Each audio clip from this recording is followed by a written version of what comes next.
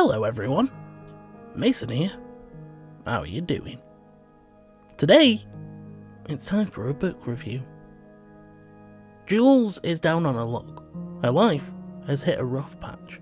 So when she stumbles across the opportunity to make some easy cash, she jumps at the chance. $12,000 for 3 months. And all she has to do is look after an apartment in the Bartholomew, one of Manhattan's most iconic apartment blocks, populated by the rich and famous. But something is wrong with the Bartholomew. There are rumours that it's haunted or cursed, and bad things have happened there. When things seem too good to be true, most of the time they are. It doesn't take long for Jules to start uncovering secrets, and soon she will learn the truth behind the Bartholomew's dark and mysterious reputation. Today's book review is Lock Every Door by Riley Sager. What an interesting book this was. I'll be upfront and say that I really liked it. It wasn't without its flaws, but they did seem to bother me less than they bothered other people, because I have seen some pretty negative reviews. I personally thought that Riley Sager did a pretty good job. I love the pacing. Everything takes place within a week, so it feels like everything is happening quickly. It's also very atmospheric. The Bartholomew feels like a character within itself, mysterious, full of secrets, with its creepy gothic architecture and gargoyles. Oh yeah, there's gargoyles. Riley Sager will not let you forget that. He mentions it a lot. Nothing is ever really what it seems. It kept me guessing the entire time, bouncing around from theory to theory and always one step behind. At the beginning, I thought I was so clever, keeping track of all the things that Sager was mentioning, convinced he was going to bring them back later, but most of the time I was wrong, and when he did bring them back, he subverted my expectations, using them in a way that I didn't see coming.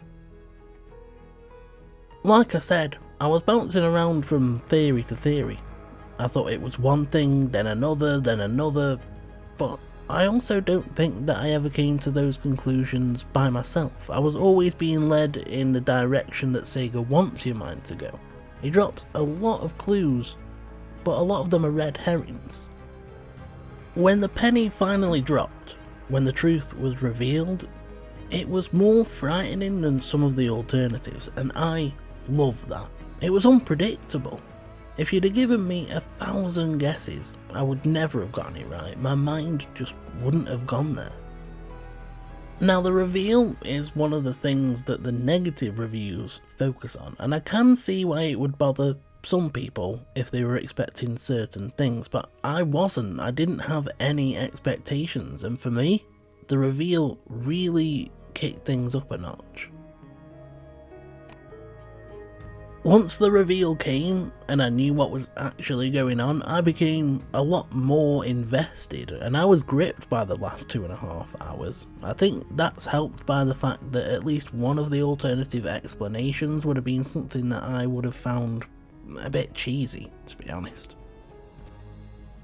Let's talk about the rules. During the job interview, Jules is told if she's going to be an apartment sitter at the Bartholomew, there are rules she has to follow. She's not allowed any visitors, she's not allowed to spend any nights away from the apartment, and she's not allowed to bother any of the other residents. In other reviews, people have made these rules out to be weird, creepy, and unreasonable, just like Jules' best friend does, but I don't understand that. It's just a job. It's $12,000 for 3 months. Taking out the fact that this is a thriller, so there's clearly something going on, I didn't think the rules were that bad. Of course they don't want you spending nights away from the apartment. The job is looking after it, which you can't do if you're not there. Again, it's a super exclusive building, so yeah, they don't want you traipsing your family and friends through there and having house parties. As for bothering the other residents, that's probably the most unreasonable one, but that's rich people for you, innit? One of the things that I felt Riley Sager did really well was the issue of money. I never got to the point where I felt that Jules was just stupid for continuing to stay at the Bartholomew, at least not till right at the very end when the climax was about to happen. The apartments at a job is a fantastic opportunity. $12,000 is a lot of money for most people, and Jules is broke. Throughout the course of the story, multiple events lead to a bank account draining. We get these updates, and now I only have this amount of money left in my bank account, and the figure slowly gets smaller and smaller to the point where she's stuck and has no other options. I think it does a great job of demonstrating that a simple run of bad luck can lead to someone falling into a hole, and the deeper in they get, the harder it is to climb out. Jules has very little in her life in terms of possessions and in terms of people, and that is a massive factor in the story. I also think the short timeline does a great job in terms of building tension. One of the first lines we hear Jules speak is, "Don't send me back there." Then we rewind just 6 days to the point where she's having the job interview and thinking about what a great opportunity it is. How in the space of 6 days can we go from, "This is a great opportunity and I'm so excited," to begging not to be sent back to the Bartholomew? For me, that was a concept that had me instantly hooked. The apartments at a job was supposed to be for 3 months, and Sager could easily have told this story throughout that time. But then the weirdness would have to unfold a lot slower, and Jules wouldn't be in such a tight spot because it pays $1,000 a week.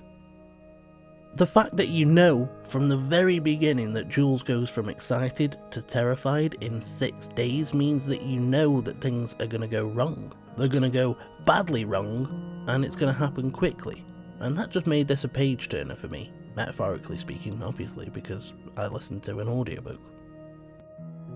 Honestly though, Jules doesn't always seem the smartest, and she doesn't make the best decisions throughout the course of the story. Remember that rule about not disturbing the other residents? Yeah, well, Jules breaks that rule a lot.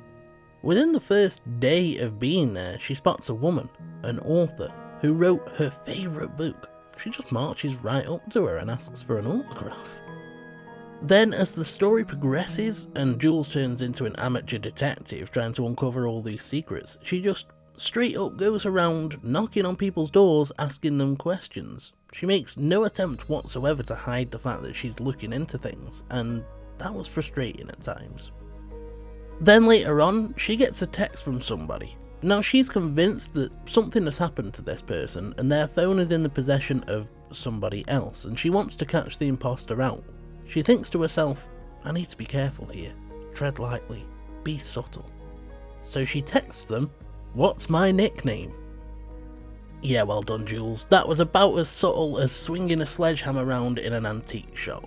Honestly, that was the biggest moment where I felt she was just being a bit of an idiot. There comes a point where she knows for sure the Bartholomew is not a good place to be, and to tell you the truth, money issues or not, there's no way you could have got me to go back there at that point.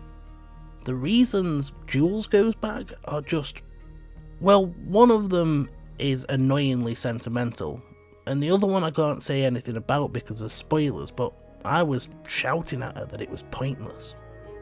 There's also a noise that she hears while she's in the apartment, and she hears it multiple times, and whilst it's creepy, it's also there to be creepy, because once you know the reasoning behind it, it's hard to work out the motivation, and hard to justify it. The last 2.5 hours of the audiobook were really good. The climax is exciting, and the version of Jules that we get during those events is pretty cool. I found myself rooting for her, but I was also slightly annoyed that it took that long, because up until then, I just didn't care about her. It was just one of those situations where things were happening and me and my partner were saying to each other, where was this character for the rest of the story? Because if she'd been this way for the whole time, we'd have both been even more invested than we were. My final criticism is that Jules stumbles across the job opportunity through an advert. Until she shows up at the Bartholomew, she has no idea that's where she's going to be working, and yet she has a prior connection to the building.